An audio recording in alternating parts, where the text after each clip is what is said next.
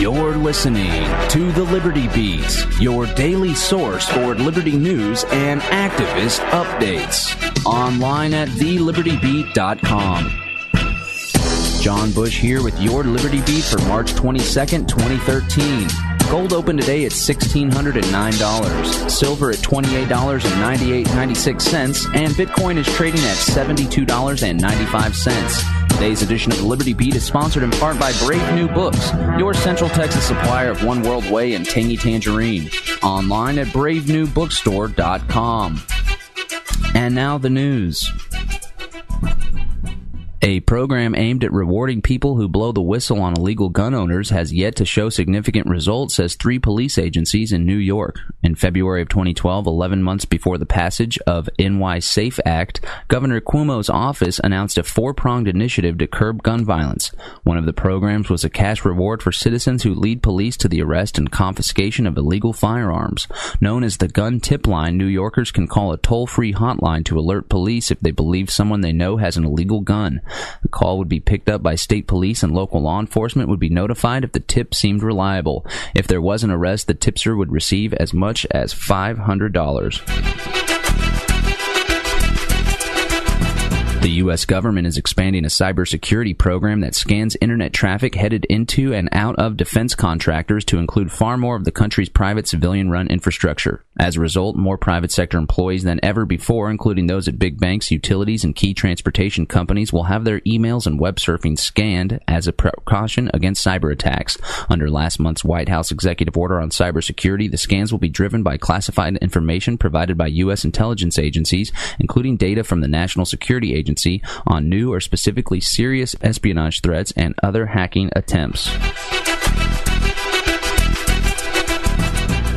Republican amendments to the Senate's budget proposal would require President Obama and Vice President Biden to get their medical care through the new exchanges created by Obama's signature health care law. Senators Susan Collins, Republican from Maine, and Kelly Ayotte, Republican from New Hampshire, both offered amendments to move the president and vice president into the health care laws exchange. After the Affordable Care Act passed, the White House said Obama would enroll in an exchange once the time came in 2014. Collins and Ayotte's amendment would require the president, the vice president, and the cabinet to put their premiums where their politics are.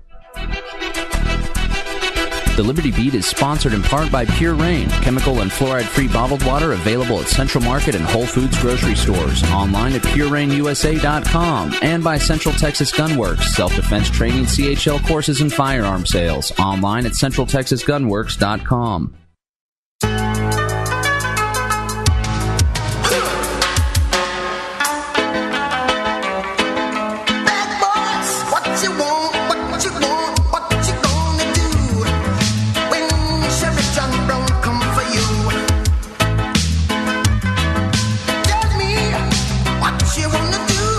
You gonna do?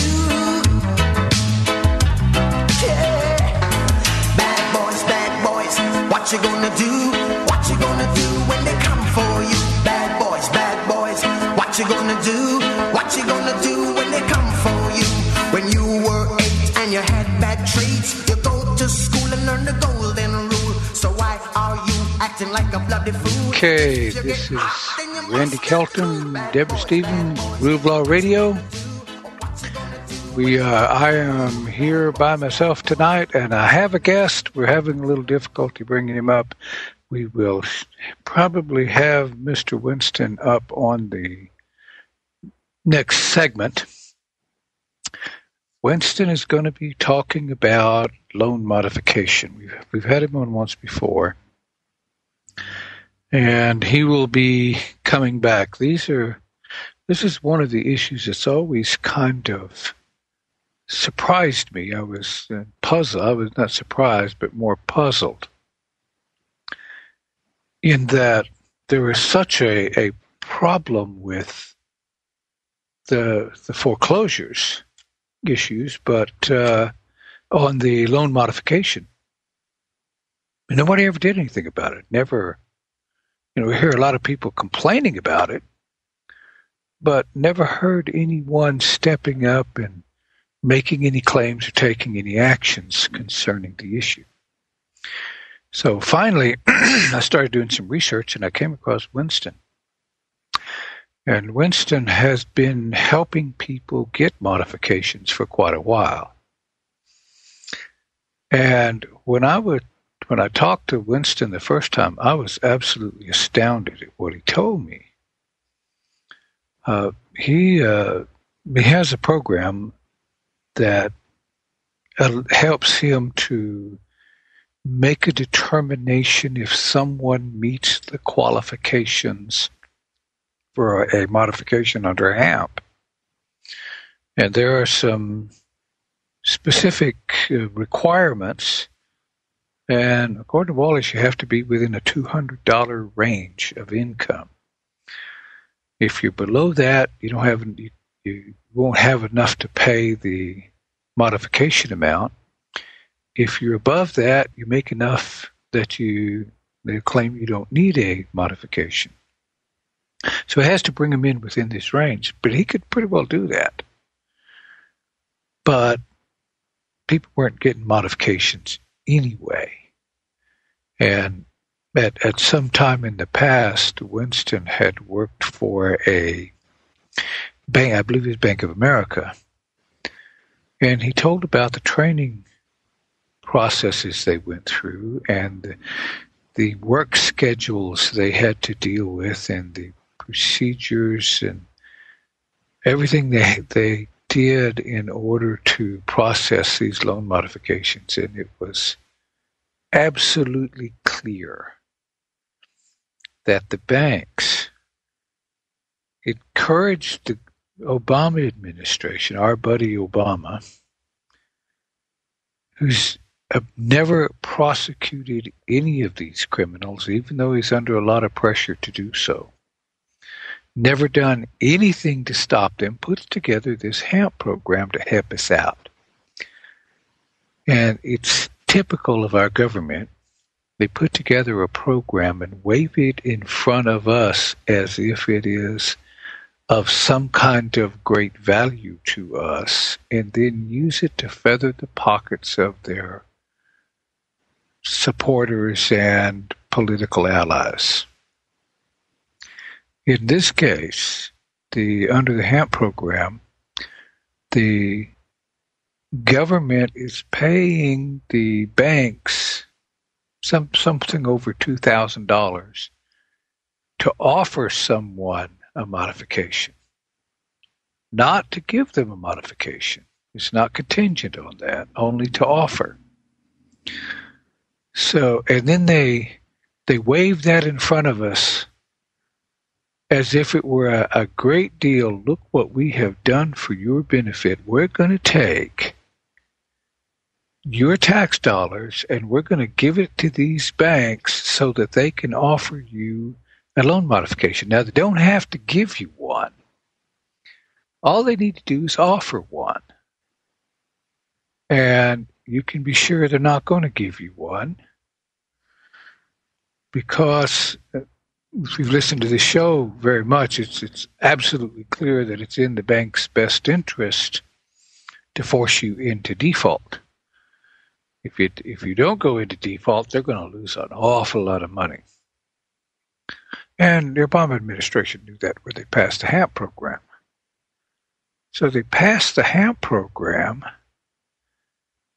so that they can pay the banks to force you into foreclosure. Because that's what they use the loan modification process for. And we'll talk about that more when we get Winston up on the next segment.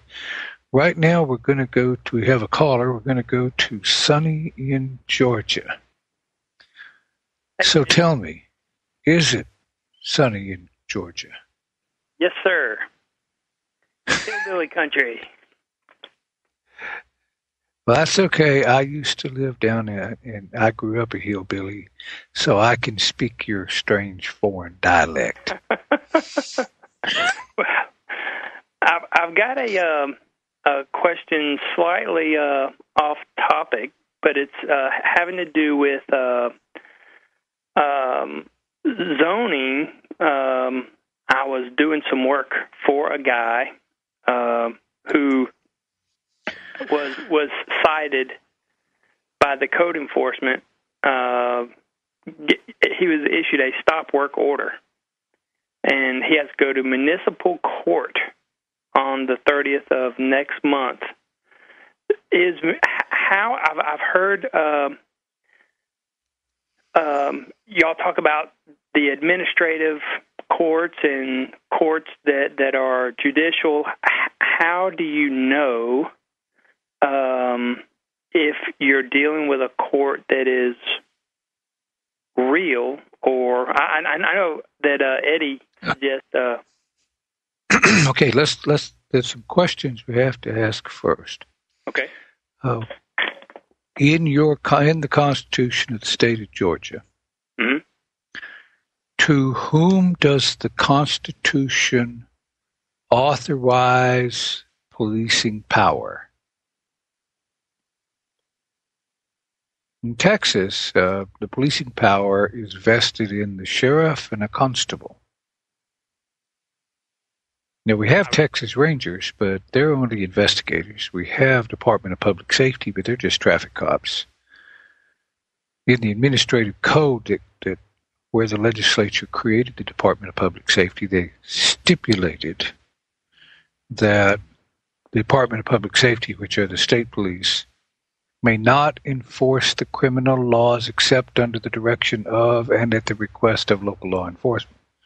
So we have, under Constitution, 2 law enforcement agencies, and who in Georgia is authorized to pass law? It should be the legislature. Well, in Texas, it is only the legislature, and there is no authorization in the Constitution to delegate that authority to someone else. Mm-hmm. So the only thing the municipality can be is a municipal corporation. And this friend of yours, what contract has he entered into with the municipal corporation? None that I'm aware of. He doesn't have a permit, and it should be private property. It should be his home. That would be the first place I would go before I even talked about the courts. First, I want to know who has authority to do what. Now, I realize that it became administratively convenient to allow local municipalities to pass their own laws. But it's unconstitutional. The way if your Constitution looks like our Constitution, the way I read our Constitution, only the legislature is allowed to pass law. Now, a municipal corporation, or a corporation of any kind, can pass corporate rules and corporate bylaws. Mm-hmm. But the only ones who are subject to those are employees of the corporation or someone who has entered into a contractual agreement with the corporation agreeing to be bound by those laws. Now, I live right next to City Hall here in a small town, and they would really like to annoy me, but I think they have been directed to leave me the heck alone, because they're pretty sure that's where I'll take them.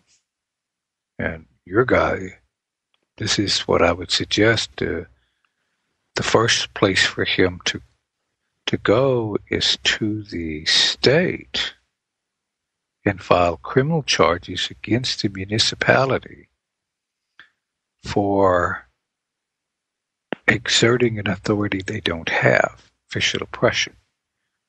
Now, you're claiming that the code enforcement officer is not a police officer. He is merely a corporate employee. But he has presented himself as if he has some sort of authority over this friend of yours, when you maintain he has no such authority, and therefore he's impersonating a public official. And I would suggest you file against him for that. And the prosecutor's going to say, oh, well, you can do that. And you're going to say, well, not your call, Bubba. That's the call for the grand jury to make. And he's obviously not going to give it to the grand jury. Then you get to start a fight with the prosecutor, and then you get to work it all the way up through the system and create lots of politics. In the end, you're not going to win your case because you have the law and the facts on your side. To think so is naive. You'll win your case if you have the politics on your side. Right now, this code enforcement officer has all the politics on his side. Mm-hmm. So you need to go in and see if you can jitterate yourself a little, or this friend of yours, by filing a complaint against this officer, and get everyone else to refuse to act on it. Oh, and that'll be great fun. They will absolutely refuse to act on it. And then when they do, then you get to just start working the routine on them. Have you listened to this show before? I mean, are you familiar with what we refer to as the routine? I've heard you talk about it several times, but another time wouldn't hurt. Okay, let's hang on. If I can get Winston up, we will go to that first, and when we're done with Winston, I can come back and talk about it if you hang on. But don't hang on the phone line. Go to the listener line so it doesn't tie up our phone lines. We'll be right back on the other side. Thought that I was doing well, but the truth to you I'll tell. MSGs and GMO really ain't the way to go. There's a better way I've seen. It's called tangy tangerine, and we're all drinking tangy tangerine, tangy tangerine, tangy tangerine. We're all drinking tangy tangerine, tangy tangerine, tangy tangerine. Order Beyond Tangy Tangerine and other great longevity products at LogosRadioNetwork.com by clicking on the Tangy Tangerine banner. Sign up as a preferred customer for wholesale prices or become a distributor and support LogosRadioNetwork.com. So what do you say, Elvis? Thank you very much. Are you being harassed by debt collectors with phone calls, letters, or even lawsuits? Stop debt collectors now with the Michael Mirris proven method. Michael Mirris has won 6 cases in federal court against debt collectors, and now you can win too. You'll get step-by-step instructions in plain English on how to win in court using federal civil rights statutes, what to do when contacted by phone, mail, or court summons, how to answer letters and phone calls, how to get debt collectors out of your credit report, how to turn the financial tables on them and make them pay you to go away. The Michael Mirris proven method is the solution for how to stop debt collectors. Personal consultation is available as well. For more information, please visit ruleoflawradio.com and click on the blue Michael Mirris banner, or email michaelmirris@yahoo.com. That's ruleoflawradio.com, or email michaelmirras@yahoo.com to learn how to stop debt collectors now. You are listening to the Logos Radio Network. LogosRadioNetwork.com.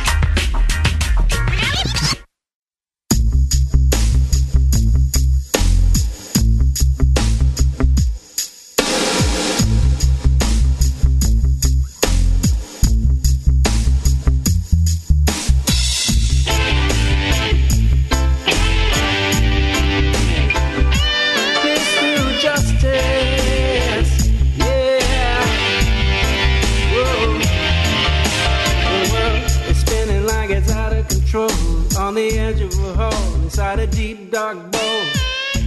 Okay, we are back. Randy Kelton, Deborah Stevens, Real Law Radio. And we were talking to Sonny in Georgia. Sonny, if you will drop off and give us about an hour, hour and a half, we'll reopen the phone lines. then we'll put you on the top of the list, and I'll go back to that issue of running the routine. But right now we have a special guest, Winston Wallace. I was talking about him earlier, and don't any of you repeat what I said about him, because he's bigger than me. But Winston is a resident expert on loan modification. Winston, can you kind of just give us a rundown if you're considering a loan modification, if someone is, what can they expect the banks to do? What are the traps they need to watch for, and how should they best handle themselves? Well, one of the biggest traps, Randy, is, first of all, everybody needs to understand that you don't need to be past due to get a modification or to even apply for a modification. When President Obama set up the program, he wanted homeowners to be responsible, not to intentionally get themselves in trouble so that they could get a modification. That's number one. Number two, what the lenders often do is, number one, they tell you that you need to be past due. They'll approve you for a trial modification, and after you make your payments, they'll come back and tell you that you don't qualify. And what they're doing here is creating a way for them to gather the money from the government and to help them to spread their foreclosure out over multiple quarters. So that's probably the biggest trap.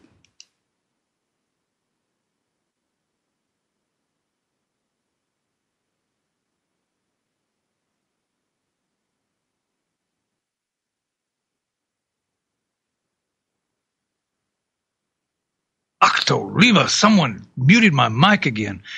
How do you avoid that trap? If you're trying to get the bank to give you a modification and they tell you in order to get that modification you have to do these certain things, how would you deal with that?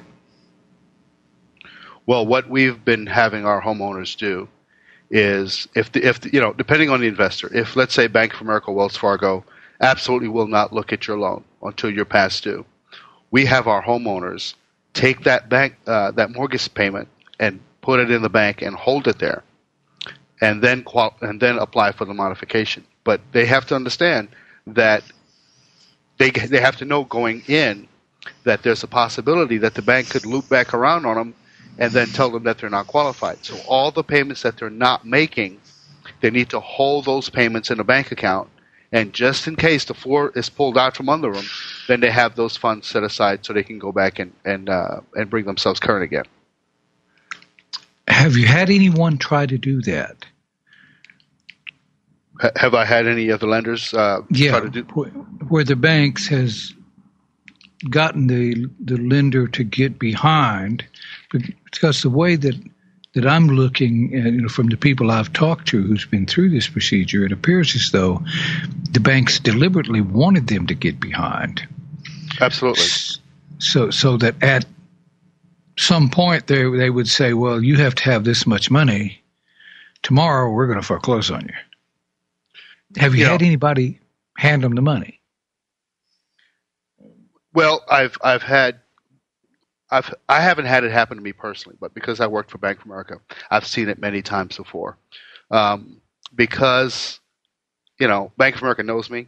Whenever I submit my paperwork, my borrowers don't have to go through those types of things. But the typical general homeowner out there that's doing his own thing is trying to help himself, trying to be proactive, trying to get himself out of foreclosure. Stands about a 50-50 chance of that being pulled on him. So I take it this is a somewhat regular routine of the banks? It is a very regular routine. I was just doing some research earlier today, and I found that 300,000 loans were converted, but 277,640 trials. That's people that were told, yeah, you qualify, go ahead and start making your payments. They get happy. They start making these minimum, reduced mortgage payments, and 277,000 of these people the banks pull back these their approvals. They we changed our mind. Something happened. You don't qualify. And now, because you've been making the lower payments, plus you were already behind 3 months when you got into the program, now you're so far past due, you don't know what to do. And they cancel it. And but all the time, they're able to collect that money from the government and you know. These as I understand, in the modification process, they require interim payments. And those payments don't go against the principal or interest. Absolutely not. Okay, well, you're saying absolutely not. It doesn't go against principal and interest, or they don't require the payments. No. They require the payments, but the payments just go into a black hole. It does not reduce the unpaid principal balance. It does not reduce anything. It's just money that the lender collects, and I don't even know what they do with it. But it's absolutely not going towards the principal balance. So they conned, well, they didn't have to con Obama. He was already in their pocket to start with, I believe, to give them all this money so that they can pay their employees to get the lender who's already in trouble to take the money they would be paying their mortgage with and give it to them for nothing. And then at the end of when they have them far enough behind that it's essentially impossible to try to catch up, then they drop the sky on them. And in the process, at the time this is going on, they're in the process of foreclosing. Absolutely. I've got one guy I just met recently, and he had the money. This guy, he was a pilot. His wife has a great job, and he had the money. He's like, look, I want to pay you. But the lady at Chase said, you know what, sir? Just go ahead and hold on to your money. We don't need it. You know, we're going to go ahead and get this modification. And it's been almost 2 years later. This guy is so far past due. And, you know, all those back payments have to be added to the end of the loan. But now they're going to come back and tell him, well, you're so far past due that there's no way we can repackage this deal. We're just going to have to take the property from you. Okay. Have they moved ahead against this guy for foreclosure? They're foreclosing on him next month. He needs to file suit against them immediately. This is criminal. Has he been paying them interim payments? He had been approved by Chase for a trial payment, and then they came back and told him no. He said, wait a minute. He sold all his stuff and said, look, here's money. I have money to give you. Where do I send it? And they told him, no, let us rework this thing and we'll get you on your feet. And, you know, he calls me all the time. He's upset, he and his wife. And, you know, realtors, friends of theirs are calling them saying, hey, your property is up for sale. You know, what's going on? And it's embarrassing. So he's got a good claim against them. So send him to us. We'll make them real unhappy. This goes to unconscionable behavior on the part of the banks. This is about as criminal as it can get. When I look at this, it's not just criminal. It is absolutely outrageous.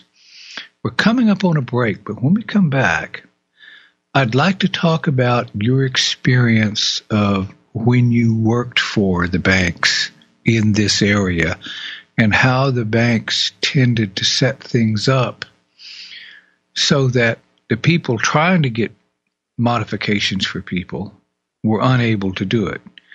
It's easier for us to blame the people we're dealing with, but this is way more insidious than that. The people who are actually perpetrating these problems are not even part of the problem.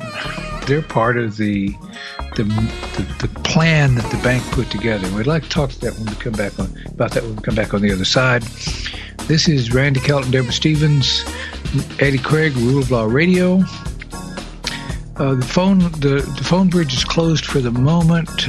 When we get in probably the next hour and a half, probably 9 o'clock, we'll open the phone bridge up. We'll be right back. Girls and boys, is the big difference the toys? It turns out gender is about more than just dolls and trucks. I'm Dr. Catherine Albrecht, and I'll be back in a moment to share some interesting differences between the sexes. Your search engine is watching you, recording all your searches and creating a massive database of your personal information. That's creepy, but it doesn't have to be that way. Startpage.com is the world's most private search engine. Startpage doesn't store your IP address, make a record of your searches, or use tracking cookies, and they're third-party certified. If you don't like Big Brother spying on you, start over with Startpage. Great search results and total privacy. Startpage.com, the world's most private search engine. Researchers and parents know that girls prefer dolls while boys head for the trucks. But gender differences don't stop there. Psychologists have discovered that the sexes have favorite colors, temperature preferences, and they even hear differently. Girls are attracted to warm colors like red, yellow, and orange. They also tend to work better in warmer temperatures, and they interpret loud speaking as threatening. Boys, on the other hand, are drawn to cooler colors like blue, black, and gray. They tend to learn better in cooler temperatures, and they associate loud speaking with confidence. But think twice before redecorating, changing the thermostat, or modulating your voice. Scientists say these gender differences are tendencies, not hard, fast rules. I'm Dr. Catherine Albrecht. More news and information at catherinealbrecht.com.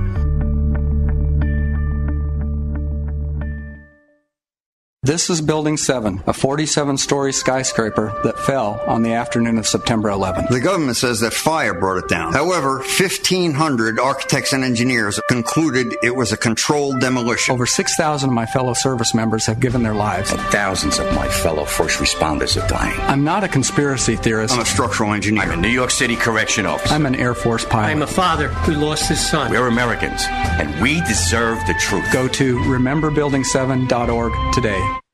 It is so enlightening to listen to 90.1 FM, but finding things on the internet isn't so easy, and neither is finding like-minded people to share it with. Oh, well, I guess you haven't heard of Brave New Books then. Brave New Books? Yes, Brave New Books has all the books and DVDs you're looking for by authors like Alex Jones, Ron Paul, and G. Edward Griffin. They even stock Interfood, Berkey products, and Calvin soaps.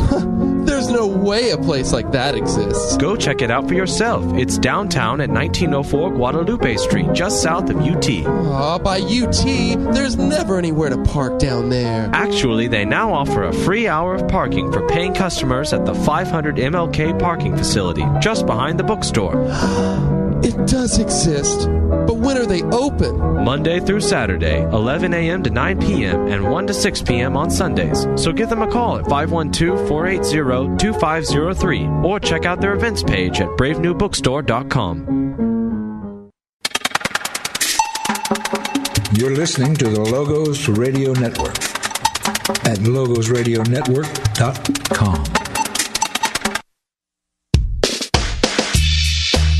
Yeah, I got a warrant, and I'm gonna serve them to the head government, them, prosecute them. Okay. Oh, sir. Okay, we are back. Randy Kelton, Deborah Stevens, Real Law Radio, and we're here with our special guest, Winston Wallace. And Winston, you worked for, was it Bank of America? Yes, Bank of America. Will you tell us about your experience there? What an experience that was, Mr. Kelton. Where do I start? Bank of America has a program that they would bring all the new employees through. The program lasts about, for managers, it's like a 2-day-long program. Barely enough for you to even learn how to navigate the system. The employees, on the other hand, have a much longer training session that they go through. The problem that happened at the bank is we have more loans to work on in an 8-hour day than can be worked in a positive way. You know, we're bombarded with loans, we're bombarded with issues, bombarded with meetings, and homeowners are just struggling to get their documents reviewed. Now, here we are. Management has given us the mandate that we need to look at 20 loans in an 8-hour period, and there just isn't enough time to give the loan a proper review. Now, as manager, I caught a lot of heat because I would pull my people to the side and say, look, guys, I don't really care about the mandates that we have. Our job as a team is to give these people the benefit of a proper review. I lost my job because of that. So what they want is for us to come in to go through the loans. If it's, just get the numbers done, and the homeowners will, on the other end, will feel themselves in a merry-go-round where they're sending in documents over and over and over, but it's not being reviewed. And it's not us, the employees, that we actually come into work, put our faces on, game faces on, and we're actually trying to do a good job for the homeowners. But the bank puts us under so much pressure, and it makes it impossible for us. They threaten us with our jobs. It's a pressure cooker environment, and we're just running through loans as fast as we can, just trying to meet the quota. And unfortunately, it's the homeowner that gets hurt.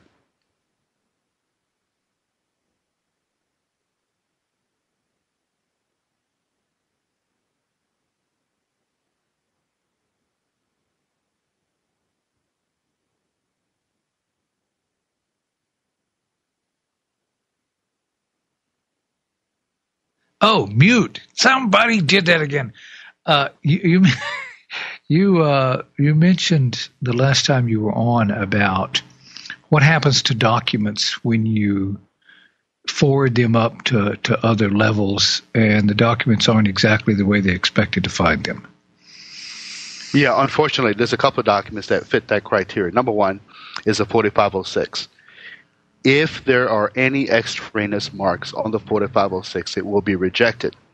But the lender's policy is that if the documents are incomplete or inaccurate, they will not inform the homeowner of the problem with the actual document. They'll actually mark those documents as missing. So take a look at it now. We walk up to the fax machine. We fax it over to the bank. We write it on a piece of paper. Hey, I faxed Bank of America my 4506 on this day. Bank of America receives it, but because there's the mark someplace where it shouldn't be, instead of telling us, hey, Mr. Wallace, we need you to fix this specific problem they send me back a notice saying that the form is missing. So I go back and I resend the same form that they had a problem with, but I don't know they have a problem with it. So we end up in a merry-go-round that lasts a long time, only to have them foreclose on my property or foreclose on a homeowner's property because of one document that someone could have just picked up the phone and say, hey, we've noticed that this is incorrect. Please send over the correct form. Simple things like that is what's costing homeowners their properties. So this sounds to me like an orchestrated procedure that is intended to deny the modification by lack of full disclosure. And not just lack of full disclosure. It seems like, they've got guys like you working for them. And that's part of the problem they have. When I was in the military, they wanted you to do whatever they wanted you to do. But we were human beings. We have empathy and compassion. So in order to get us to do whatever they wanted us to do, they had to demonize the enemy. They had to make it okay to kill their women and children because they were something less than human beings. The bank is dealing with employees who are ordinary human beings. And how do they get these ordinary human beings to screw everybody that walks in the door? And it looks like this was a carefully crafted criminal connivance intended not only to defraud the federal government, and the banks have been sued a number of times over this issue. I've been doing some research on whistleblowers on this particular area. The Bank of America has been sued, and they've settled a couple of times out of court. They probably need another one. I don't think anybody's sued them in Texas yet. So we need to do that. But more than that, we need to go after them criminally. By the management of the bank, this was a very carefully contrived criminal conspiracy. I don't see any way of splitting it up otherwise. If I went to someone from person to person and treated them anywhere near as badly as the banks are treating the public, I would be in a federal penitentiary. And these guys have just absolutely fleeced the American public. And I don't think anybody's gone to jail. Maybe one or two that, though the ones that went to jail probably made somebody who was politically important angry at them or made themselves a political liability. But if they had kept the judges and their politicians paid off, they probably would never have to worry about being prosecuted. So Winston and I have been talking and working together. We are going to put together a forensic evaluation of loan modifications. For all the complaining I've seen on the internet, all the accusations, and for all the people who are doing all these securities analysis, the securities issue for me, as far as I'm concerned, is a rabbit hole.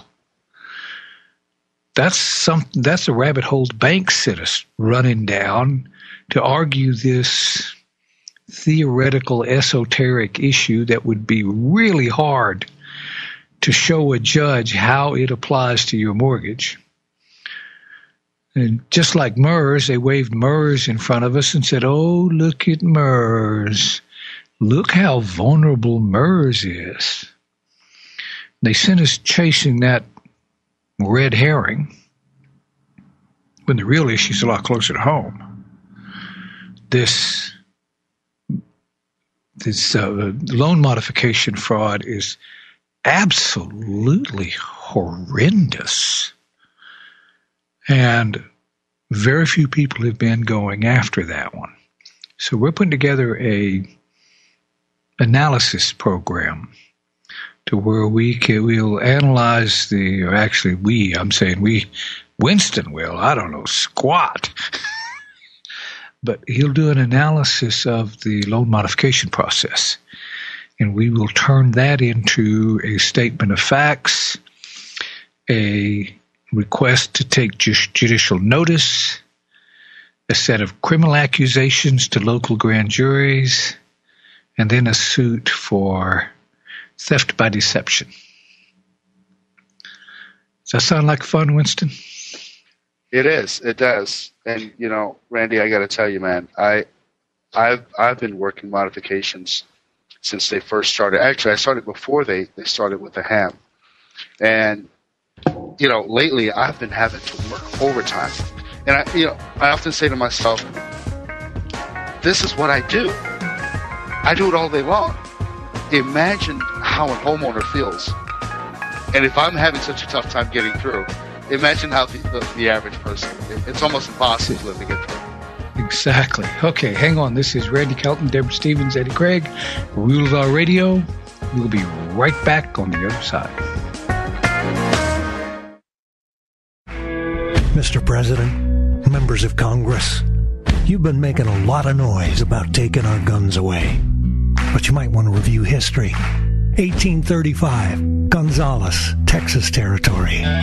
The authorities wanted to confiscate the big gun that protected that colony. You know what the people said? Come and take it. Because they were willing to fight for their freedom and their guns. So are we. Come and take it if you want it. Come and take it if you think you can. Come and take it, but I warn you, you'll have to pry it from my cold dead hands. We want the freedom that God gave us, so you best not cross that line. If you want this gun, you gotta come through us and take it. One shot at a time. Just like Gonzalez, we're keeping our guns. Are you the plaintiff or defendant in a lawsuit? Win your case without an attorney with Jurisdictionary, the affordable, easy-to-understand 4-CD course that will show you how in 24 hours, step by step. If you have a lawyer, know what your lawyer should be doing. If you don't have a lawyer, know what you should do for yourself. Thousands have won with our step-by-step course, and now you can too. Jurisdictionary was created by a licensed attorney with 22 years of case-winning experience. Even if you're not in a lawsuit, you can learn what everyone should understand about the principles and practices that control our American courts. You'll receive our audio classroom, video seminar, tutorials, forms for civil cases, pro se tactics, and much more. Please visit ruleoflawradio.com and click on the banner or call toll-free 866-LAW-EASY.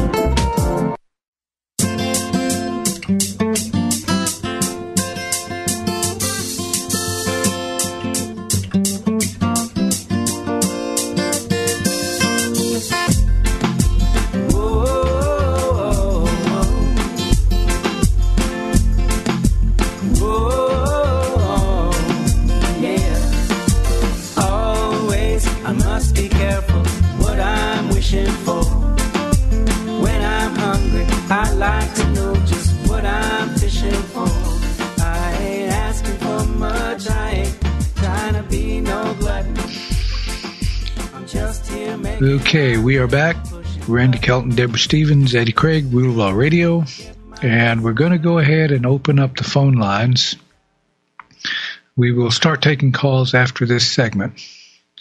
So if you have on this topic or other topics, we'd prefer a couple initially on this topic. If you have had a modification experience, we'd like to know about it. We'd like to hear what your experience was, and then we have Winston explain what went on and why it went the way it did.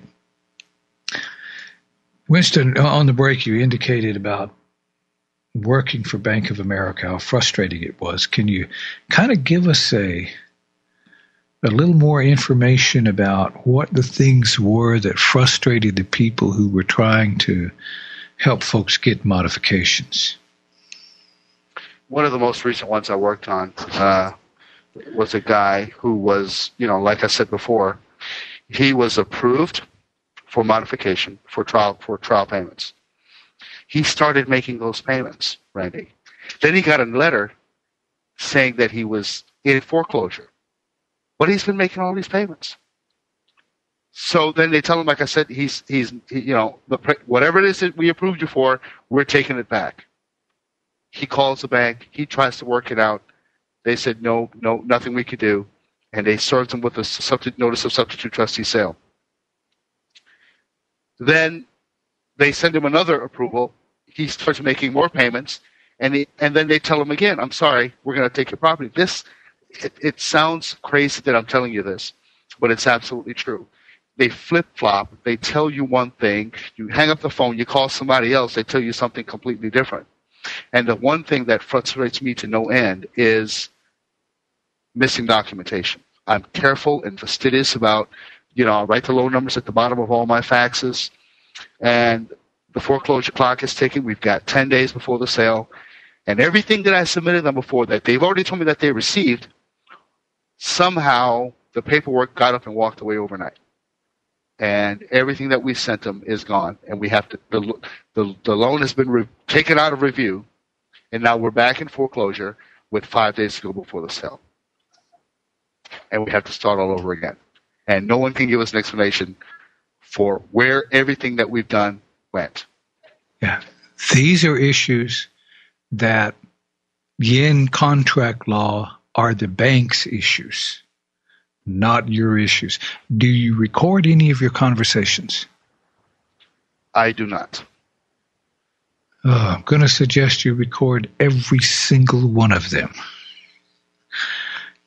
In Texas, you are absolutely authorized to record any conversation to which you are a party or to which the parties in the conversation have no reasonable expectation of privacy. For instance, I'm sitting in a restaurant and the people at the next table are talking loud enough that I can put a recorder on the table where I'm at and record their conversation. If they're talking loud enough in public that I can hear it, they have no reasonable expectation of privacy. If you ever go to the police department or to visit somebody in jail, they're going to tell you have no expectation of privacy. And when you're in conversation with someone, you have no expectation of privacy from the person you're talking to. One of the favorite things I've ever done was told the county sheriff that I was an old combat veteran and got my ears blown out over there with all that racket. Will you look and speak clearly into my pen, please? He didn't take that well. Told me I could record him. I said, of course I can. Look, let me show you. But I would suggest you record every one of them. This will give us incredible things. You know, everything in law, it goes down to a reasonable person of ordinary prudence. They'll tell a jury, do not decide what you would do. Decide what a reasonable person of ordinary prudence would do. So everything will go to that standard. And we have a couple thousand years of sophistication in the commercial codes. And the commercial codes have addressed all of this stuff. If I give you the disclosure, say I want to sell you a car, and you come and look at the car and you ask me about the car, and I say it's a car. There it is. That's a car. I've given you no disclosure. And by not giving you any disclosure, I have not invoked a duty to give you full disclosure.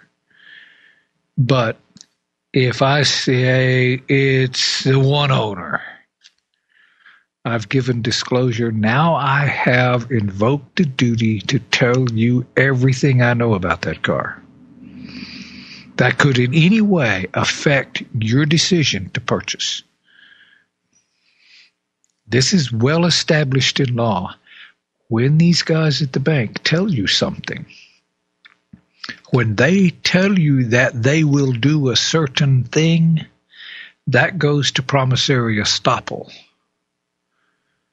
And if a reasonable person of ordinary prudence would have reason to trust that they will do what they said they would do, and that reasonable person acted on that reasonable expectation and was harmed thereby, that's a cause of action under civil law. In civil law, you can't just go in there and say the guy was a dirty, rotten scoundrel and he harmed me this much. I want you to make him pay me some money. And you can't just say that he went in and stole some money from me or he defrauded me. A cause of action like a criminal claim has elements.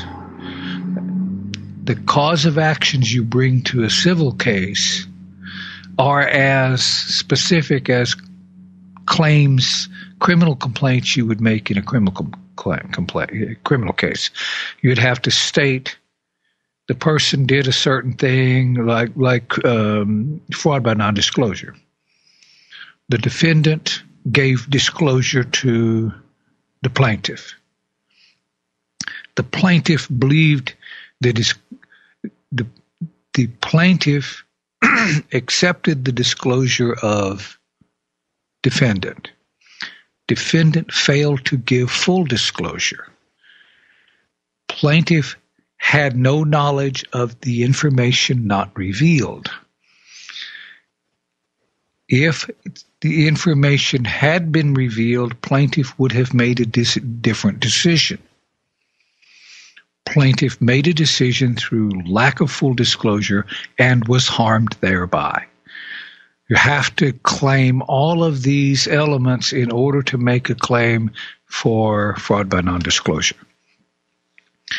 So, as I'm listening to you, this is about as blatant as, this is worse, this is fraud per se.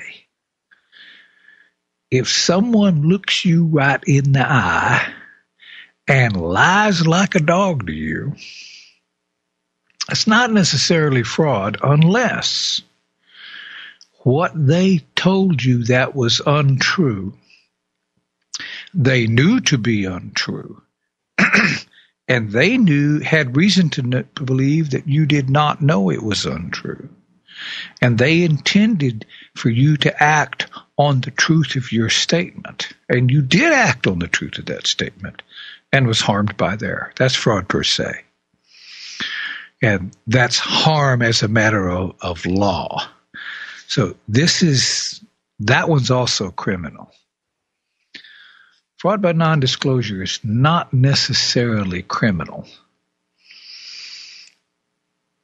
It would have to be pretty egregious. But from what you said about these bankers, this is not just egregious. It is absolutely outrageous. And it's hard for me to believe nobody has prosecuted them. So maybe it's time we started.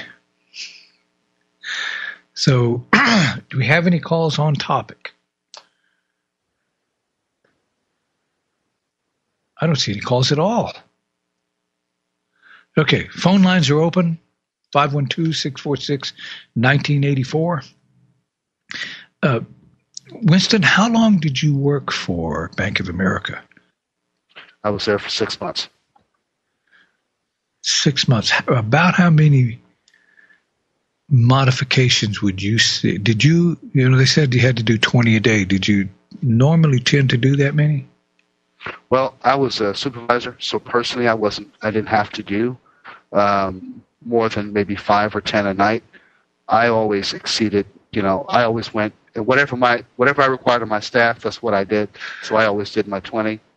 But mainly what I did personally was walk around the aisle and go from seat to seat and answer questions that I knew that the underwriters would be asking. So, for example, if someone submitted a form that I knew was going to cause a problem, I made sure these folks put copious notes so that it would get back to the homeowner so that they could so they could do it properly the first time instead of waiting 6 months and getting rejected. Yes.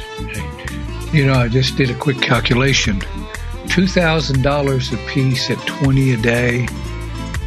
That's $40,000 a day per person that the bank is making. This is not chump change. Okay, hang on. This is Randy Kelton, Deborah Stevens, Eddie Craig, Rule of Law Radio. We're going to break. When we come back on the other side, we will be taking calls. This is the top of the hour break, so we'll be about 3 minutes. So if you have a question or comment, call back in. We will take questions on any topics. Call-in number again, 512-646-1984. Would you like to make more definite progress in your walk with God? Bibles for America is offering a free study Bible and a set of free Christian books that can really help. The New Testament Recovery Version is one of the most comprehensive study Bibles available today. It's an accurate translation, and it contains thousands of footnotes that will help you to know God and to know the meaning of life. The free books are a 3-volume set called Basic Elements of the Christian Life. Chapter by chapter, Basic Elements of the Christian Life clearly presents God's plan of salvation, growing in Christ, and how to build up the church. To order your free New Testament Recovery Version and Basic Elements of the Christian Life, call Bibles for America toll-free at 888-551-0102. That's 888-551-0102. Or visit us online at bfa.org. Live Free Speech Radio. LogosRadioNetwork.com.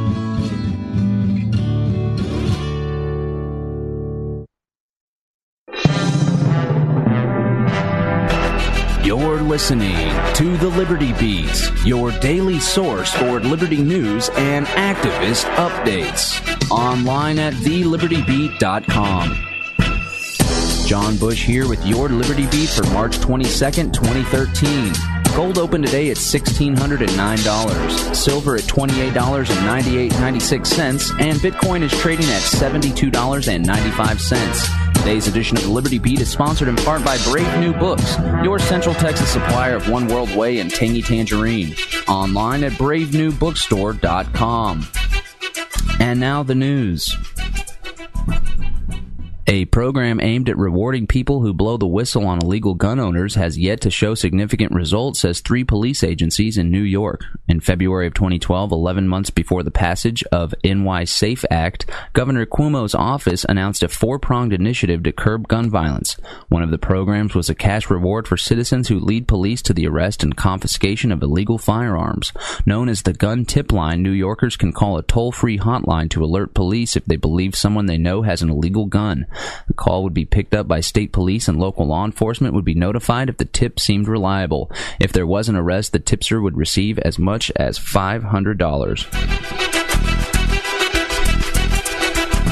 The U.S. government is expanding a cybersecurity program that scans internet traffic headed into and out of defense contractors to include far more of the country's private civilian-run infrastructure. As a result, more private sector employees than ever before, including those at big banks, utilities, and key transportation companies, will have their emails and web surfing scanned as a precaution against cyber attacks. Under last month's White House executive order on cybersecurity, the scans will be driven by classified information provided by U.S. intelligence agencies, including data from the National Security Agency on new or specifically serious espionage threats and other hacking attempts. Republican amendments to the Senate's budget proposal would require President Obama and Vice President Biden to get their medical care through the new exchanges created by Obama's signature health care law. Senators Susan Collins, Republican from Maine, and Kelly Ayotte, Republican from New Hampshire, both offered amendments to move the president and vice president into the health care laws exchange. After the Affordable Care Act passed, the White House said Obama would enroll in an exchange once the time came in 2014. Collins and Ayotte's amendment would require the president, the vice president, and the cabinet to put their premiums where their politics are. The Liberty Beat is sponsored in part by Pure Rain, chemical and fluoride-free bottled water available at Central Market and Whole Foods grocery stores. Online at PureRainUSA.com, and by Central Texas Gunworks, self-defense training, CHL courses, and firearm sales. Online at CentralTexasGunworks.com.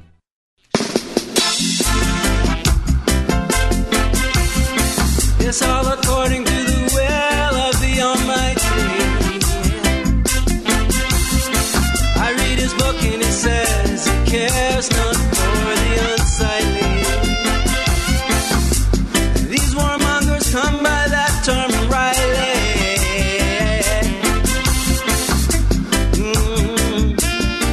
I won't pay for the war with my body. Ain't gonna pay for their car with my money. I won't pay for the fun with my body. Their plans wicked and their logic shoddy. Okay, we are back. Randy Kelton, Deborah Stevens, Eddie Craig, Rule of Law Radio. And we have Sonny from Sunny, Georgia on. Hey, Randy. Hello, Sonny. Yes, sir. Okay, did you look at the Georgia Constitution during this interim?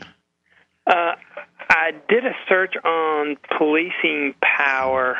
I did not look directly at the Constitution, and I did not find a direct answer.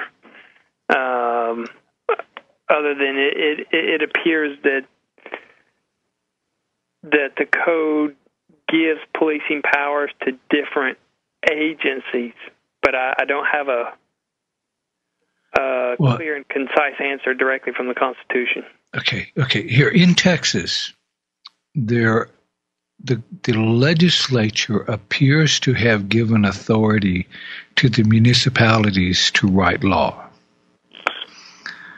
Our argument is that's ultra vires. That's beyond the contract. The legislators are in a contract with us, and the Constitution is the contract. And that contract did not grant them that authority. It granted them the authority to write law.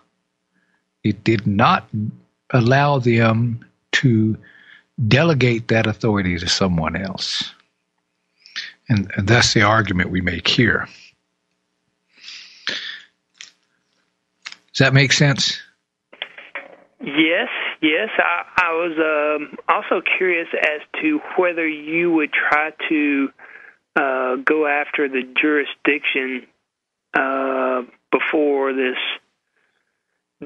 court date comes up, the 30th of April. I wouldn't go after it before the court date. The fun thing about a challenge to subject matter jurisdiction it can be filed at any time. The last case I walked into was a foreclosure on a property someone had written me a warranty deed to. And 2 hours before the court started, I handed a lawyer a 38-page challenge to subject matter jurisdiction. He got into court, and he was a whining and a crying, and also had criminal charges against him in there. And he didn't say this first. He said this later on. You know, if he had the objection should have been brought initially, but he said, Your Honor, this motion should be dismissed because I only got it 2 hours before the court started. And I said, oh, Your Honor, he knows better than that. This is not a motion. This is a pleading. And it is a challenge to subject matter jurisdiction, and that may be made at any time. The judge said, yeah, I know. So, good thing about subject matter jurisdiction, you don't have to give them notice of it. But you can. They're going to ignore it anyway. If you give them notice, it gives them more time to prepare. I suggest you look at the Georgia Constitution and look at the delegation of power in the Constitution. Okay. I guarantee you it is not going to authorize the legislature to delegate the lawmaking authority. It's going to invest that authority in the legislature and no one else. So this is a great argument to make because, this is Eddie's argument. He came up with this. And it was absolutely an incredible insight. This is part of the reason that lawyers hate pro ses. Because a lawyer wouldn't have hit on this because he lives inside the lawyer box and he looks at things from the filter that through which he's experienced the law. It's hard for him to step outside and look in fresh and clean. And that's really the good thing about pro ses and why judges and lawyers hate us, because we come up with all these interesting arguments. So that's the first one I would make. Is the city making the claims against your friend or whoever under building codes or plumbing or electrical codes? It is code for tree permit, cutting trees, land disturbance, getting within the buffer of the creek. Those types of things. Oh, okay. The reason I asked about the other was I like to beat up the municipalities and the local authorities, but sometimes we need to pay attention. A lot of people really complain about the building codes, and I used to be a builder. And I learned not to complain about them. I lived in Chicago years ago, and I remember when I was growing up, I was young at the time, the building department had this policy that every time they made a change in the code, they would get a spot on television and explain what they did and why. And I was absolutely astounded. They came on one day, and they said, no more flexible conduit. You know, this metal-wrapped flexible conduit they put in buildings? Yeah. They said, no more flexible conduit over 3 feet long. I think 3 to 5 feet long. A drop down from the header down to a plug-in. That was the longest, and that was about 5 to 6 feet. I think the receptacle is generally 14 inches off the floor, so you could come down from an 8-foot header to that. And that was it. Because they said rats and varmints moving around in the attic had moved these flexible conduit back and forth enough to chafe the wiring and cause a fire. We lost 6 people in this building. We lost 12 people in this building. And we said, no more of that. And I listened to that and I said, okay, I can understand that. And if you look at the code, some of it looks really, really nitpicking. Where you have a piece of flexible conduit that comes into a box, there's a little plastic grommet you have to put around the wiring and slide it into that flexible conduit. Mm-hmm. That's because when you cut it off, it gets a little sharp edge on it. And over time, if there's any varmints or something moving that wire, that flexible conduit anywhere, it'll move inside that, right where it exits, eat through the insulation, cause a fire.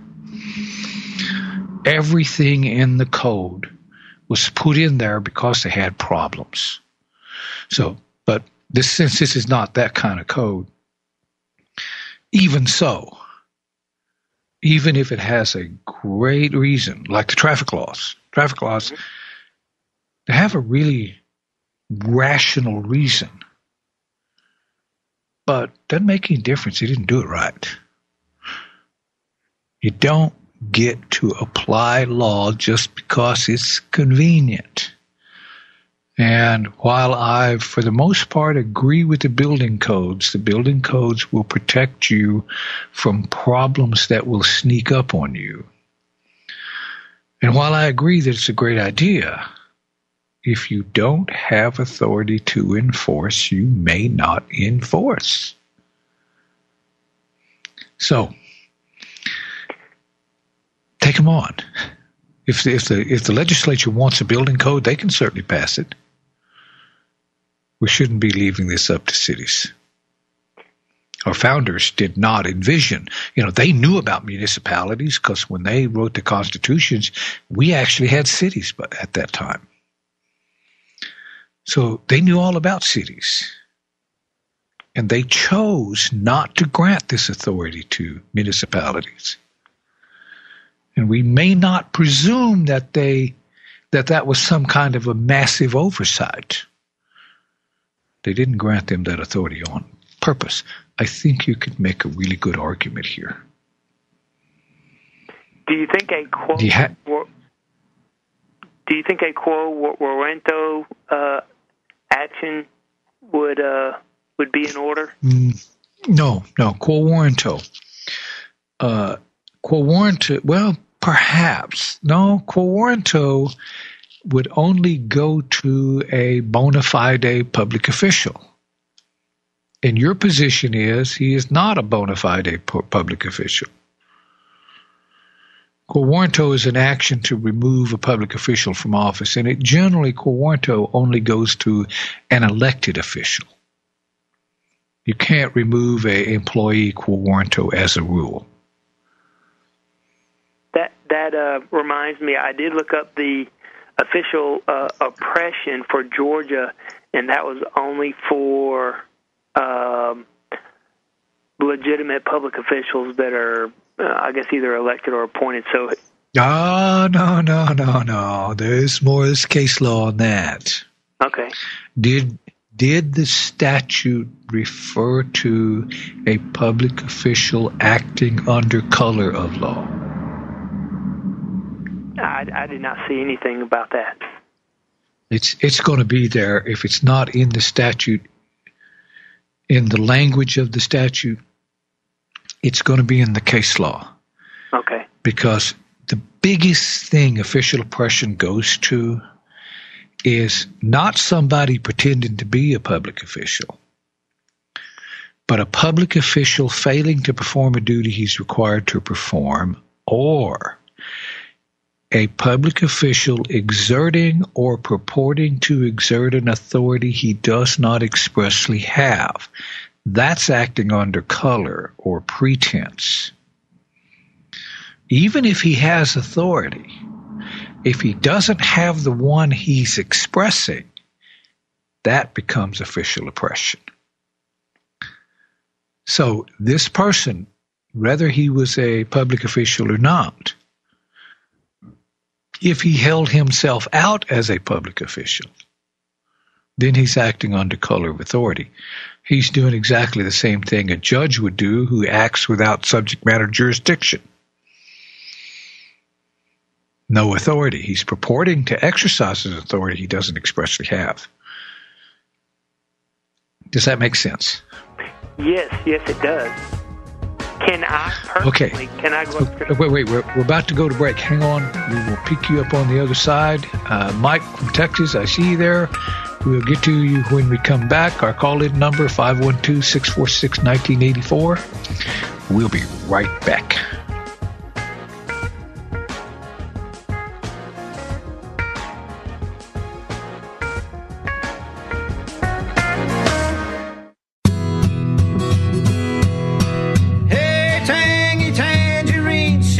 You've done to me. I'm losing weight and I'm not half the man I used to be. Hey, tangy tangerine, you make me feel so good. I don't eat so much food. Ain't I a sight compared to what I used to be? Calcium, magnesium, selenium, and zinc. Take a moment now and think, if you have a little drink, every day will bring the life that you've been looking for. Beyond Tangy Tangerine is available at Brave New Books, located at 1904 Guadalupe Street. The bookstore also carries the works of Dr. Joel Wallach, founder of Youngevity and creator of Beyond Tangy Tangerine. At Capital Coin and Bullion, our mission is to be your preferred shopping destination by delivering excellent customer service and outstanding value at an affordable price. Capital Coin features a great selection of high-quality coins and precious metals. In addition to providing the best prices in the nation, we want to bring you the best shopping experience both in-store and online. In addition to coins and bullion, we carry popular Youngevity products such as Beyond Tangy Tangerine and Pollen Burst. We offer freeze-dried storable foods by Augustin Farms, Berkey Water Products, ammunition at 10% above wholesale, and more. You can lock in a spot price with our silver pool, and we set up metals IRA accounts. Call us at 512-646-6440 for more details. We're located at 7304 Burnett Road, Suite A, about a half mile south of Anderson. We're open Monday through Friday 10 to 6, Saturdays 10 to 2. Visit us at capitalcoinandbullion.com or call 512-646-6440. This is the Logos Radio Network.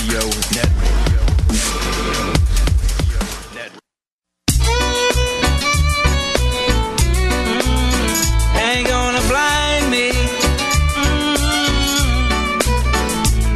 Don't bore me.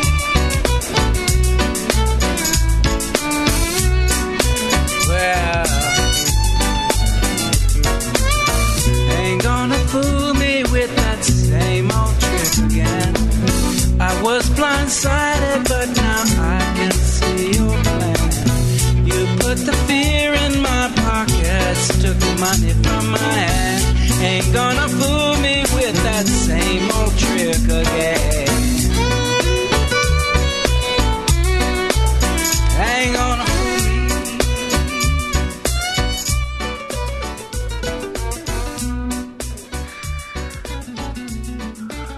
Okay, we are back. This is Randy Kelton, Deborah Stevens. We're here with our special guest, Winston Wallace. And we're talking to Sonny in Georgia. Okay, did you have something else for us, Sonny? Yes, sir. I wanted to know if the code enforcement officer could be sued personally, since the guy doing the work for the homeowner has been harmed because he can't do the work. There's a stop work order. So that's interfering with private contract. Yes, sir. That would probably be the way to go. They're going to claim that the individual has qualified immunity, and you're going to say he has no such thing because he lacked subject matter jurisdiction to start with. No subject matter jurisdiction, no immunity of any kind. And it's generally best to go after the guy on the bottom. When we're talking about right at the end of our discussion on the modification issue, we go after the guys at the bottom that the banks put out there and get to do their dirty work for them. And for the most part, those people don't have a clue. And when you come back toward one of them criminally,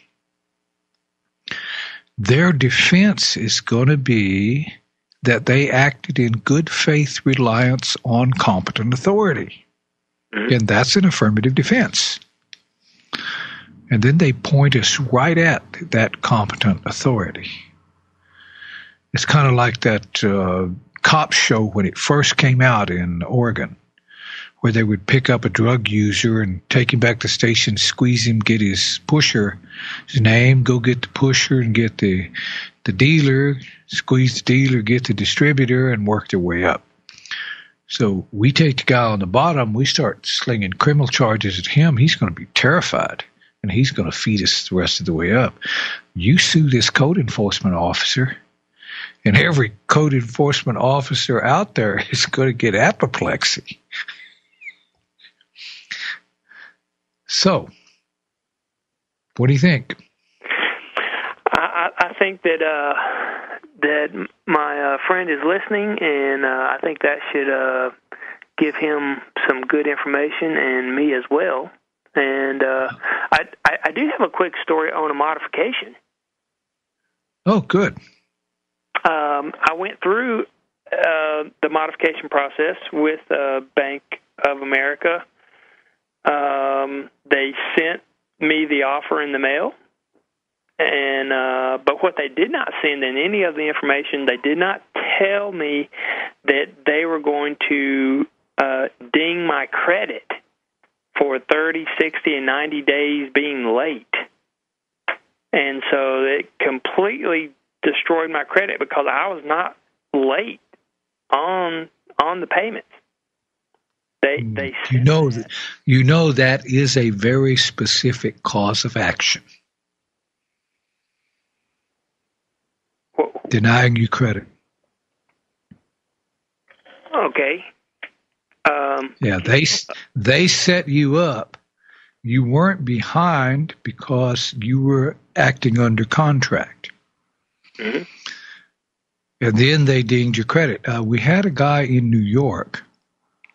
This was a lawyer. A friend of mine knew this lawyer who had this client, and they called us and asked us what to do because he had tried to get a refinance, and the bank was trying to foreclose on him. They wanted to take the property. So they lost one of his payments, or claimed they did. And then they dinged his credit and didn't tell him about it. The next month, he pays his payment, and they ding him again for being a payment behind. Then the third month, he got notification from the company he was trying to get the refinance through that they had denied his refinance because of these marks on his credit. And we talked to him, and they actually went after the banker criminally because we looked at what they did and demonstrated that this was clearly the payment they claimed to have lost, the bank had cashed. So they clearly set him up so that he couldn't refinance. They were trying to take his building from him because he had like 80% equity in it. So they're trying to foreclose and steal the whole thing. And he got it. They fixed all that, but I don't think he pursued them for a major lawsuit, which he should have done. But this is very common, and loss of credit is a very specific cause of action. How long ago was that? Several years ago. It may be too long to still go after it. Maybe you can get him to do it again. Just for yucks. This is what we were talking about on the break, is if the banks are going to commit this kind of fraud, then we would do well to be aware of the fraud going in. Go ahead and give them opportunity to commit the fraud. But since we know exactly what's going on, we wind up very carefully documenting the fraud, then go back after them criminally and civilly. And when you're trying to put them in jail, a good chance they're going to come to the table and make you a deal you cannot pass up. So they okay. already passed this off to another servicer. And which doesn't make any sense because I haven't made a payment in probably 2 years. So what kind of servicer in their right mind would want to take that? They pass it. If they passed it to another servicer, they're getting ready to foreclose on you. They transfer it to a servicer who specializes in foreclosure. Well, Bank of America, they already tried it, and you helped me take them on in federal court, and they. I think they passed it off because they didn't want anything to do with this case. Well, they'll probably give it to somebody else, and whoever else they gave it to will come back at you. And we're developing a lot more tools to beat them up with. Well, thank you for all the hard work that you put in, Randy. Okay, you are welcome. Okay, we are going to go to Mike in Texas. Hey, Randy. Hello, Mike. What do you have for us today? How you doing, Randy? I'm doing good. I've been on this piece of crap house for 12 years, and it's worth way, way less than I'm paying for it. But rent on anything even close to this size is way more. So I'm kind of between a rock and a hard place. Well, now they're raising my private mortgage insurance by, I don't know, $16 after paying on it for 12 years. Plus the original bank changed names, you know. Whoa, hold on here. 12 years? Yeah. What is your principal relative to the original principal? Because once it reaches 85%, you don't have to have private mortgage insurance anymore. Well, I guess because I'm buying a house from the mafia, they quit putting the principal paid on my mortgage statement about 5 or 6 years ago. They'll just say interest paid. And there isn't even a place for principal paid. I mean, sue them. It's really getting irritating. Wells Fargo just paid several million, like $800 and something $million fee for doing just exactly that. Oh. Well, I mean, I've asked them on the phone before, you know, how come you don't put the principal paid anymore? You quit doing it, I don't know, maybe 7 years ago. And they just hem and haw and don't give me an answer. And I'm just... Well, get a hold of us off the air. We'll run a calculation on it and see what it actually should be. Then you got a good shot at them. Hang on. We're about to go to break. This is Randy Kelton, Deborah Stevens, Eddie Craig, Rule of Law Radio. Phone lines are open. 512-646-1984. We'll be right back. Could a virus make you fat? A new study suggests that being overweight might not be all your fault after all. I'm Dr. Catherine Albrecht, and I'll tell you more in just a moment. Your search engine is watching you, recording all your searches and creating a massive database of your personal information. That's creepy, but it doesn't have to be that way. Startpage.com is the world's most private search engine. Startpage doesn't store your IP address, make a record of your searches, or use tracking cookies, and they're third-party certified. If you don't like Big Brother spying on you, start over with Startpage. Great search results and total privacy. Startpage.com, the world's most private search engine. Think twice before blaming yourself or someone else for being overweight. A new study suggests a common childhood virus could be the culprit.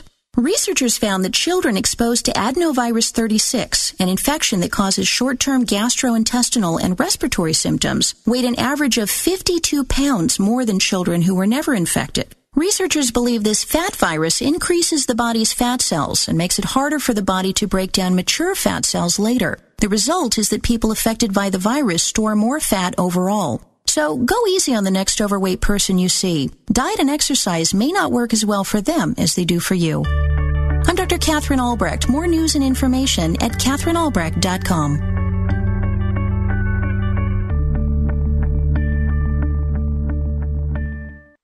A Noble Lie, Oklahoma City, 1995, will change forever the way you look at the true nature of terrorism.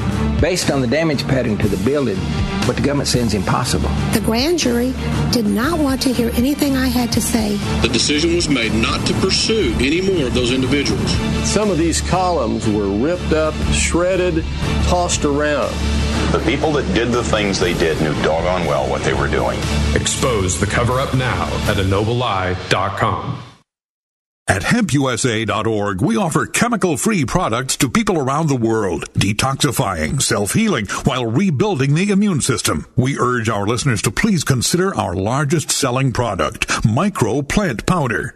Our Micro Plant Powder is rich in iodine, probiotics, zinc, and silica to help rebuild the immune system and to create a healthy stomach flora. Micro Plant Powder is excellent for daily intake and is perfect to add to your storage shelter. We urge our listeners to please visit us at hempusa.org. And remember, all of our products are chemical-free and healthy to eat. We constantly strive to give you the best service, highest quality, and rapid shipping anywhere. And we offer free shipping on orders over $95 in the U.S. Please visit us at hempusa.org or call 908-691-2608. That's 908-691-2608. See what our powders, seeds, and oil can do for you at hempusa.org. Looking for some truth? You found it. LogosRadioNetwork.com.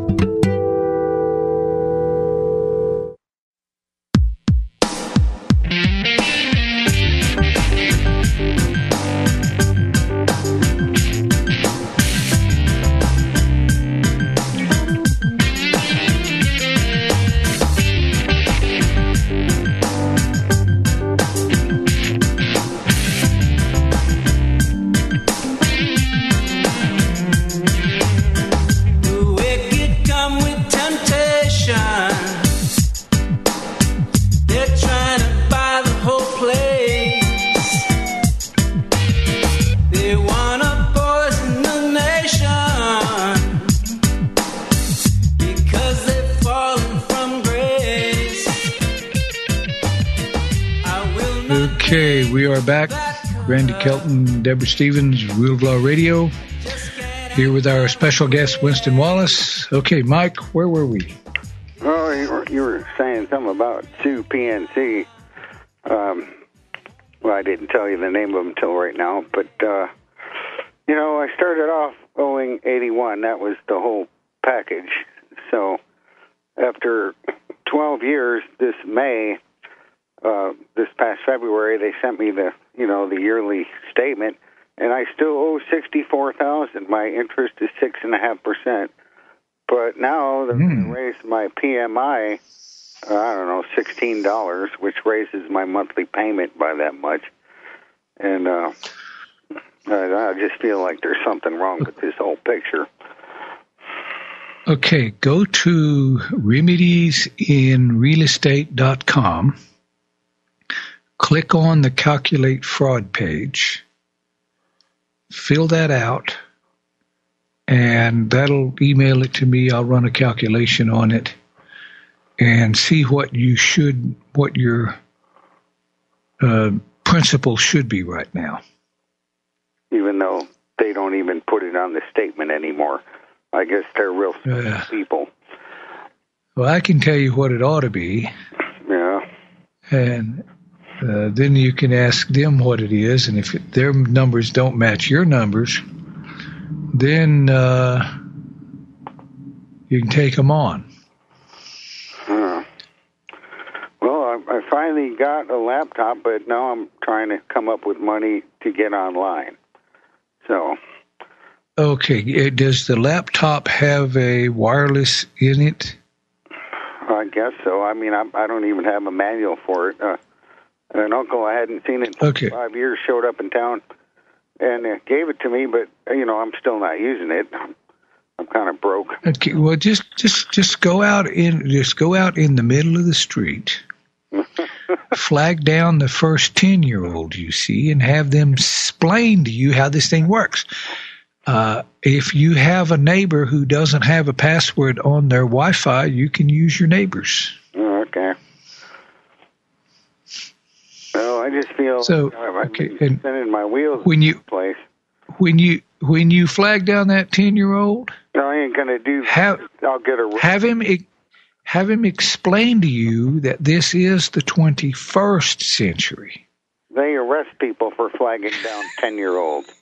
I ain't going to do that. Okay. Well, good luck. All right. Okay. Thank you, Mike. Bye. Okay, now we're going to go to Lou in New Mexico. Hello, Lou. What do you have for us today? How are you doing, old buddy? Hello, Randy.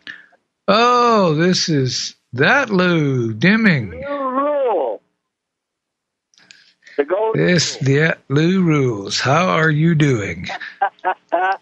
I've been putting the transmission in the big old truck today. Been working.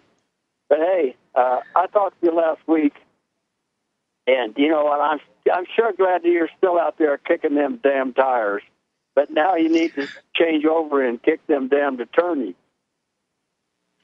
Well, we are working on those. I have bargrievance.net up and working. So you can go in there and tell it what state you're in, and within 4 questions, I can bring you to any particular standard, and the tool will help you write the complaint in the verbiage of the standard, and it will print it out for you on the state-specific form. See, you're doing something that and it will save a copy of it on our private server in Reykjavik, Iceland. With the name of the complaint, the file the complaint is in will be the name of the lawyer, the first name and last name concatenated. Right. Okay. So if anybody does a search on this lawyer's name, they'll get a hit right on that grievance. All right. Well, I'll tell you what. That's going to make them real unhappy. I've been 2 years trying to get a ironclad case, as far as I'm concerned, brought to court, but they've been just dragging their feet. But you do realize we are trying to operate in an illegal legal system. You do know that, don't you? I know all about those arguments. Yeah, well, but when the President of the United States can be disbarred and still get to be the President, that's got to say something about the Bar Association. Yes, this is my position. You will never win your case because you have the law and the facts on your side. To think so is naive. It is not that way now. It never has been that way. I read an interpretation of a plaque from 5,500 years ago where a king proclaimed that he was reasserting the old law because those in positions of power and money had so perverted the law that the citizen could no longer achieve justice. If this has been going on for 5,500 years, it's not going to change tomorrow. Well, and we don't have to like it, right. But we do have to deal with it. But you see, when I'm dyslexic, okay? So what you do in a matter of minutes takes me a matter of hours to be able to get through it. And for you to put out information like I can go in there and just fill in the form and do what needs to be done says a lot for helping people. 80% of the people don't really give a damn what you're talking about. And that it's in 20% that are left, 10% of them could do something, but they don't have the wherewithal or the money or the connections to do it. And the last 10% are the ones that are cashing in on it, so they don't give a darn, so it looks like an exercise in futility. It's not. We don't need that 80%. All we need is 3, 4, maybe 5%. That's enough. I don't criticize those people who aren't focused where I am. We are all put here for our own purpose. Each one of us has our own path to follow. And it's fortunate that we don't need the masses to change things. If you look back in history, great change has never occurred because of the will of the masses. Great change has always occurred because of a person or a small group of people dedicated and active that invoked the masses, that motivated the masses. This is the way it's always worked. So if we can get 5%, we can change everything. And I see it coming. And yeah, I've been building tools to make the remedies more available. And after a long time of work and research, these tools are beginning to come together, and I'm beginning to bring them up and online. I have one for foreclosure that I'm bringing online that is a massive undertaking. But that one's coming together, and right behind it we'll have an evaluation for criminal issues. With this questionnaire, you go in and answer the questions, and this thing will spit you out criminal complaints, bar grievances, judicial conduct complaints, motions and pleadings, everything you need to do to address your issue. This will make law available to the individual. The technology is right for it. The time is right for it. Okay. This could change everything. Attorneys do not have to have insurance, do they? Wait, I couldn't understand you. Attorneys do not have to have insurance. It's only if they want to purchase it. Is that correct? Well, it depends on the state. Some states they do, some states they don't. They don't have to have it in Texas. Well, but coming up on they are terrified. They're terrified of malpractice suits. Okay, hang on. We're going to break. This is Randy Kelton, Deborah Stevens, Rule of Law Radio. Our call-in number, 512-646-1984. We'll be right back.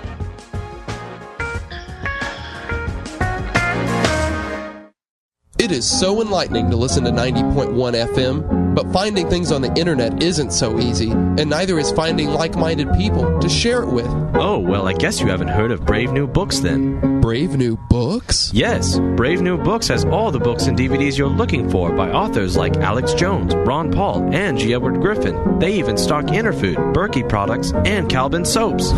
There's no way a place like that exists. Go check it out for yourself. It's downtown at 1904 Guadalupe Street, just south of UT.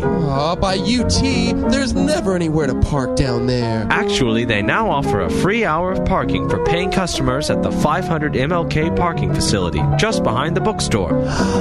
It does exist, but when are they open? Monday through Saturday, 11 a.m. to 9 p.m. and 1 to 6 p.m. on Sundays. So give them a call at 512-480-2503 or check out their events page at bravenewbookstore.com.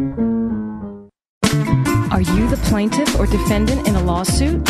Win your case without an attorney with Jurisdictionary, the affordable, easy-to-understand 4-CD course that will show you how in 24 hours, step by step. If you have a lawyer, know what your lawyer should be doing. If you don't have a lawyer, know what you should do for yourself.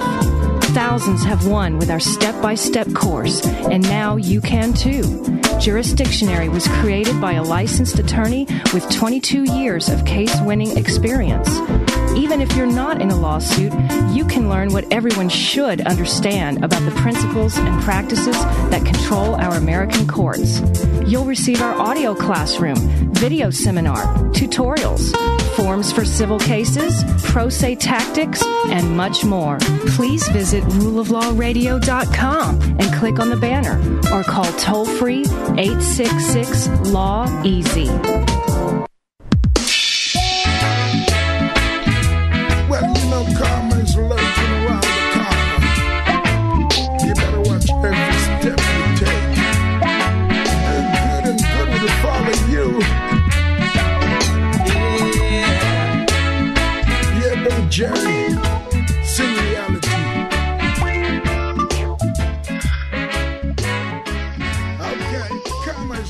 Okay, we are back.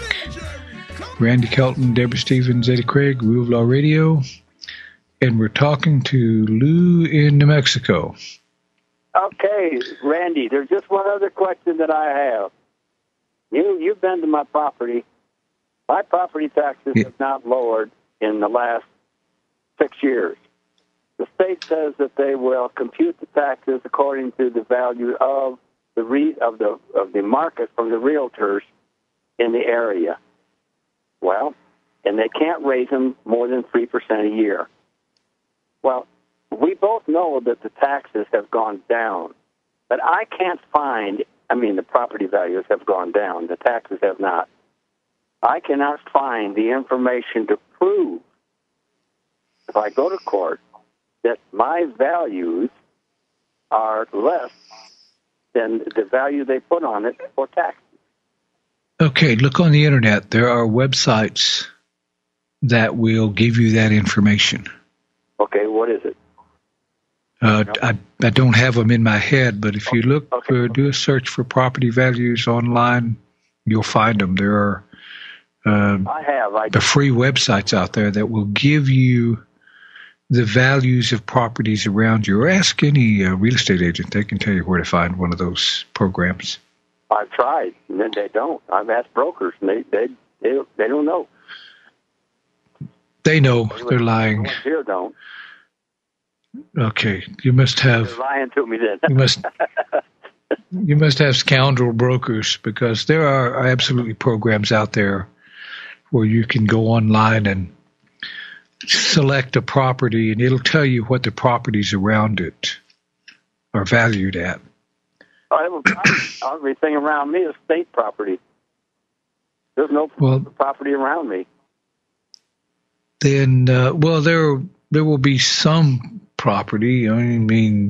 There's property in New Mexico that's of a similar nature. I've tried that, Randy. I really have. And then I don't know what to tell you then. I'm telling you, there are programs out there that will map every piece of property in the county. Every single one of them, it'll show you every single one that's sold, how much it's sold for, and it will compare them to your property and tell you what your property should sell for. That's how these guys know how to calculate the value of the properties. It's out there. You just haven't found it. Right. I just have to keep digging. Find yourself a 10-year-old. They'll explain it to you. Hey, you old buzzard. You old buzzard! I'll tell you what. You have to come out and see me again. I'll cook up some of that brisket for you. Okay, thank you. All right, Randy. Okay. Have a good one. Thank you, Lou. Buddy, you're doing great. Okay, now we're going to go to Lewis in Texas. How are you doing? Hello, Lewis. Thank you. Hey, Randy, thank you very much for taking my call. This is not a big problem compared to some people's problems I've listened to tonight. I signed on with a phone company, had an ad that they were promising 4G service. It was a phone company I was already with. I called several other phone companies because I needed 4G because I wanted to get on the Internet using my telephone.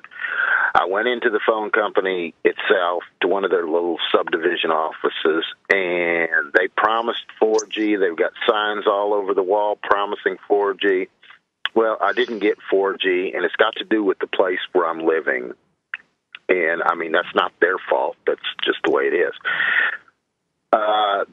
I complained to them. They sent me out like a booster to boost the signal up. That didn't work. And then they kept claiming through a pattern and practice of just leading me on. And I admit I was stupid on this. They kept saying that, you need to call back in another 5 days. We're going to send an engineer out, and we'll have an engineering report, and blah, blah, blah, blah.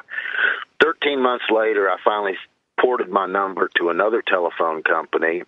And, of course, Company A, which I signed a 2-year contract with, sent me a letter asking for, the remainder of the year. It ended up being around $1,000. And I sent them back a do not contact letter.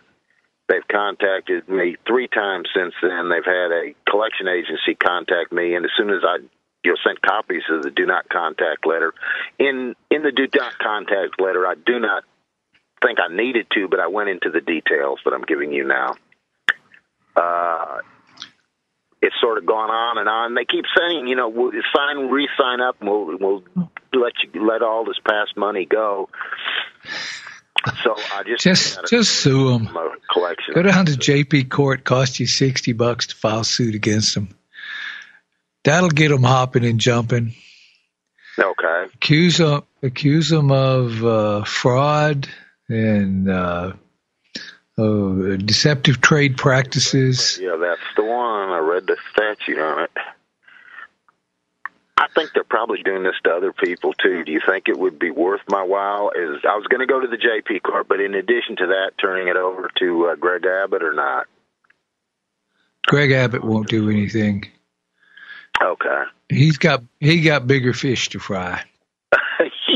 But if you send them a tort letter, okay, and ask them to return to you all the money you paid them, to make up for all of the annoyance and frustration and emotional stress, and demand that they give you all of this and make you whole or be sued. Then you wait 30 days and tell them, if you haven't made me whole by this date, I will file suit. And on that date, file suit. Okay. Who do I? That'll tell them you're not screwing around with them. Almost certainly they will decide that they don't need all that money after all. They only steal from the ones who allow them to. Be made whole. I would like to be made whole. I feel that they led me on to this. We're sending an engineer out. And they didn't. Well, read the code and write your accusation in the verbiage of the code. Okay. And I suggest that you write a lawsuit, statement of facts, okay, and then a statement of factual accusation, and then assertion of causes of action. Okay. And instead of putting a court header on it, you put a business letter header on it, and then sign it and send it to them. And when their legal staff reads it, they're reading the lawsuit they're going to get, so they're going to know you're not kidding. Where do I look online and find out where their legal office is, or do I just send it to these crazy people that have been sending me? Because they sent letters from all over the United States. Notice to agent is notice to principal. Who's their agent? the person that send it to anybody who claims to be an agent for the company. Anybody who runs an office, just send it to whatever their standard address is. Okay. You don't have to find the right place to send it. They do. Okay. Okay. Great.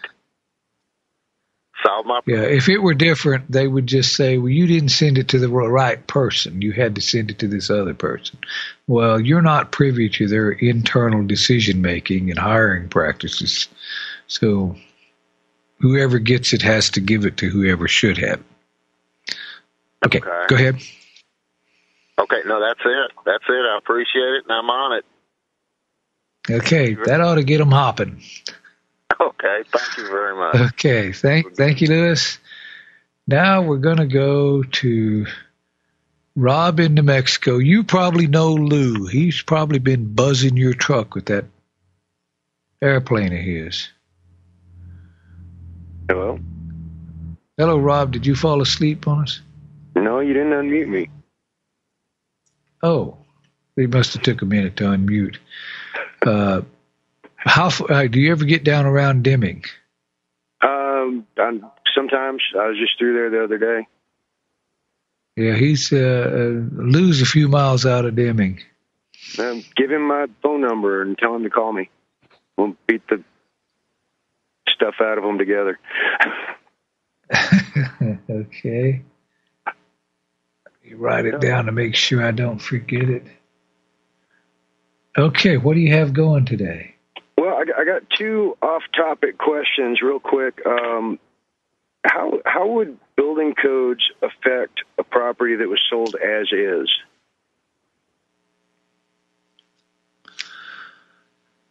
That's a good question. How long has the property been in the condition that it's in? Well, we're on a real estate contract. We moved in Christmas Eve of 2011. So we've been there not quite a year and a half. We closed on the real estate contract in March of last year. And in, July or August, we ended up having to have the water heater and the heater replaced because the water heater was leaking, burned out the heater because the wiring wasn't done right. And the guy that replaced it said that it was nowhere near up to code. And he gave us a written statement to that effect.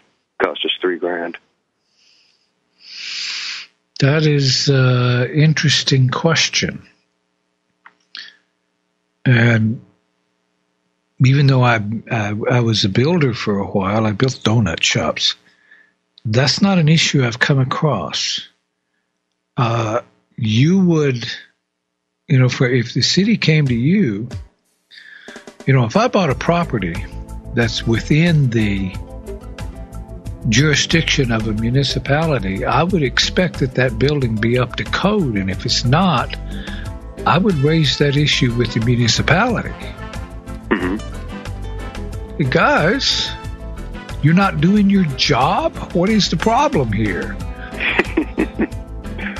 Okay, hang on. We will pick that up on the other side. This is Randy Kelton, Deborah Stevens, Rule of Law Radio.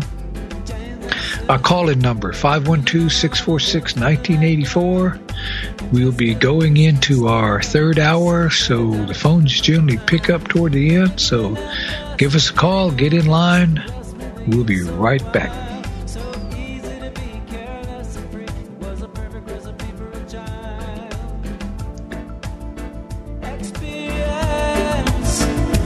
The Bible remains the most popular book in the world. Yet countless readers are frustrated because they struggle to understand it. Some new translations try to help by simplifying the text, but in the process can compromise the profound meaning of the Scripture. Enter the Recovery Version. First, this new translation is extremely faithful and accurate, but the real story is the more than 9,000 explanatory footnotes. Difficult and profound passages are opened up in a marvelous way, providing an entrance into the riches of the Word beyond which you've ever experienced before. Bibles for America would like to give you a free recovery version simply for the asking. This comprehensive yet compact study Bible is yours just by calling us toll-free at 1-888-551-0102 or by ordering online at freestudybible.com. That's freestudybible.com. You are listening to the Logos Radio Network. LogosRadioNetwork.com.